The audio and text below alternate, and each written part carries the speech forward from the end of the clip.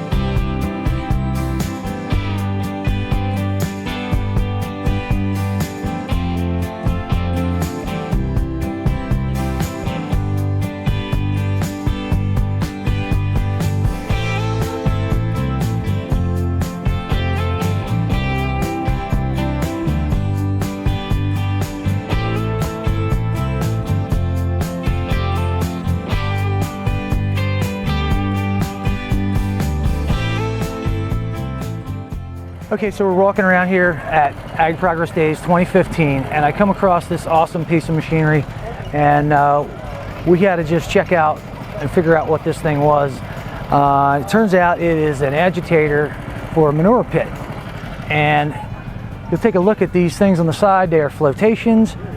This thing can go in a 2-acre manure pit and maneuver itself while agitating. It's a pretty impressive piece of machinery. Huge tires, they're hydraulically lifted and lowered. You pretty much can't get the thing stuck. It has jets on the side that you can maneuver it with, and it's just one of the coolest things we've seen up here, and we had to stop and check it out. We were lucky enough to talk with Dennis a little bit, and he gave us a little more of the technical stuff, but we just wanted to walk around this thing and get you guys a real good look at this. What company do you work for, Dennis? I actually own, with my family, Noon Industries Limited. We're out of Ontario, Canada. Okay, anyway, great. The tires actually go down 3 feet, so if it gets hung up or something, the tires pick the whole unit up 3.5 feet. Hydraulic? Hydraulic. Okay. It's radio controlled. It's just a big wow. Radio controlled car. How much power does the engine have? It's a 270 horse Cummins engine. Lots of power. It's a big boy's toy, I guess. Outstanding.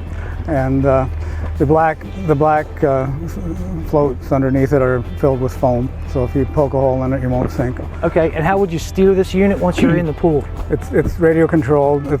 It's like a jet boat. It has nozzles on the side. The control is actually a smart control. It automatically turns on. If you want to rotate, it'll turn on 2 opposing jets, but you don't have to automatically shut them off again. After you release it, they automatically close the valves itself, so it's very easy and maneuverable. It'll turn on it, rotate on a dime. It'll rotate the opposite direction. Wow. Very, very controllable. It weighs 15,000 pounds, fully loaded with fuel, and like I said, it's very, very controllable, very maneuverable. We have a website, noon.ca. There's a lot of videos on there. We have almost a following of people who look at our website all the time to see what's new, and people send in other videos, and it's actually very interesting what is on the website. Okay, well, thank you, Dennis. Another really cool looking piece of equipment here at Ag Progress Days. We'll catch up with you in a little bit.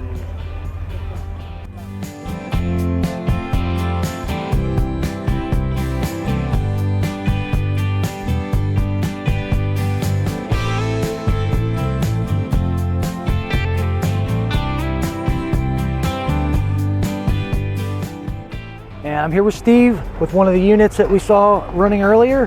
Why don't you tell us a little bit about your company you work for and your machine. Thank you. I'm with Tiger Co. Distributing Company. We're out of Bramer, Missouri. This is a product that we've promoted for the last 33 years. This model is our 2400 HL. It's an 8-foot drum mower with an optional spreader tedder attachment. These mowers, they come from New Zealand.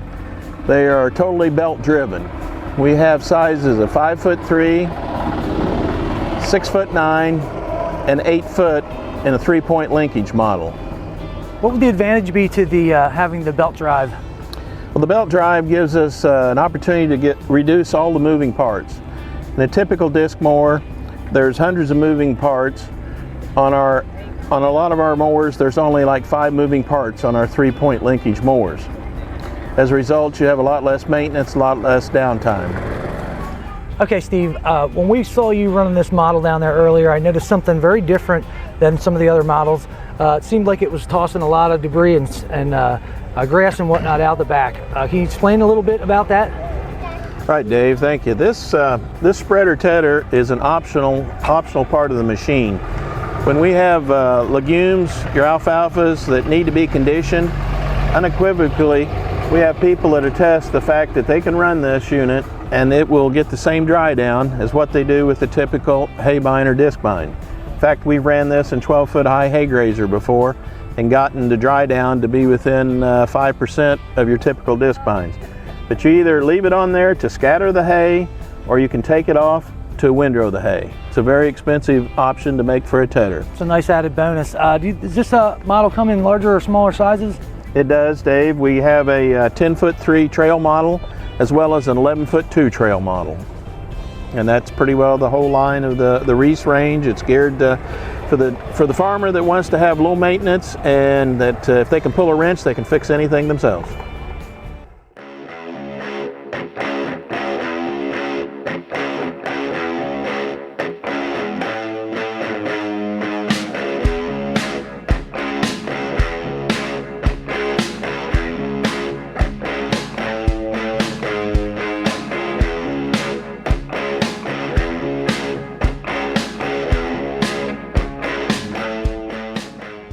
Been walking around Ag Progress Days today, and I came across just a great looking machine.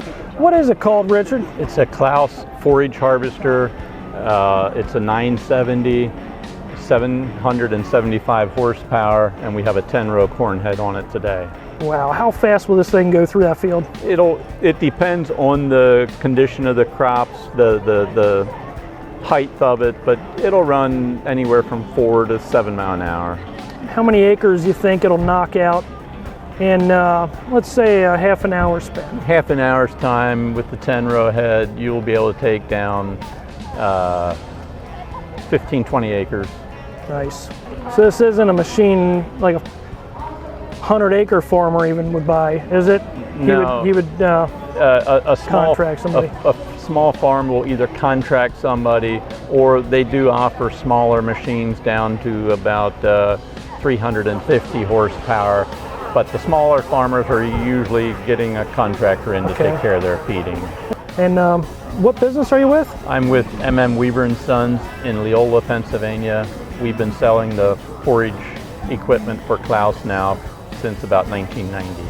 Okay, well there you have it, and we're with Richard at Ag Progress Days in the Claas booth. Thank you. Thank you.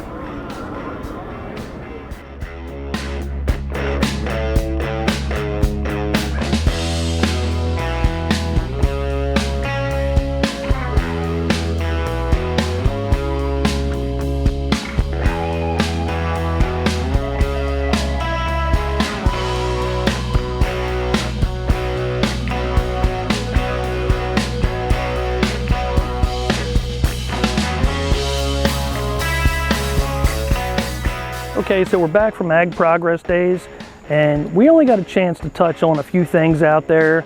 Got to see some of the equipment in the demo fields, interview some of the dealers that are out there, and they told us about the equipment that you've seen in the video.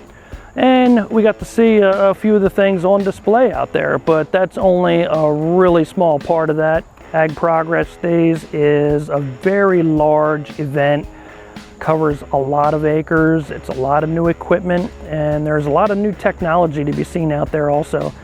So if you get the chance, you want to spend more than one day, and next year, that's probably what we're going to have to do, is spend more than one day out there so we can talk with more people and more vendors. But I would like to take the time now to thank the management at Ag Progress Days, and I also would like to thank Penn State.